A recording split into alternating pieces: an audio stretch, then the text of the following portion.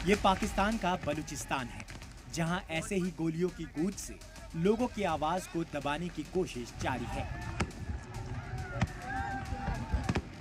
General Munir की फौज शहरियों को निशाना बना रही है, मौत के घाट उतार रही है। बच्चे, बूढ़े, खवातीन, हर किसी को मारा जा रहा है। लेकिन अब बलूचिस्तान के अवाम ने पाकिस्तानी एस्टेब्लिशमेंट के खिलाफ अब तक का सबसे बड़ा महाज खोल दिया है। गुज़िश्ता कई दिनों से जारी बलूचों की तहरीक अब अपने उरूज पर है। बीते कई बरसों से जिस बलूचिस्तान पर पाकिस्तानी फौज और पुलिस जुल्म ढा रही थी, उसी बलूच के अवाम ने पाकिस्तानी फौज और पुलिस पर अब तक का सबसे बड़ा हमला कर दिया है। बड़ी तादाद में बलूच सड़कों पर उतर आए हैं, आजादी का ऐलान कर दिया है। बलूच लिबरेशन आर्मी यानी BLA ने 130 पाकिस्तानी फौजियों को मार गिराने का दावा किया है।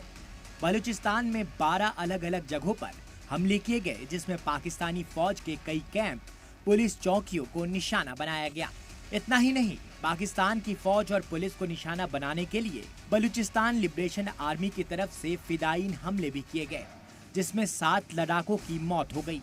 बलूचों की मौत को लेकर पूरे इलाके में जबरदस्त गुस्सा है। रिपोर्ट्स की माने तो अब बलूचिस्तान लिबरेशन आर्मी इन मौत का बदला लेने के लिए इससे भी बड़े हमले की तैयारी में है। बलूचिस्तान लिबरेशन आर्मी का मानना है कि ऑपरेशन हेरोफ बलूचिस्तान पर कब्जा करने का पहला कदम है, जो बलूचिस्तान की आजादी के लिए मील का पत्थर साबित होने वाला है। पैगाम साफ है, बलूचिस्तान के लोग पाकिस्तान को अपना मुल्क मानने के लिए तैयार नहीं है।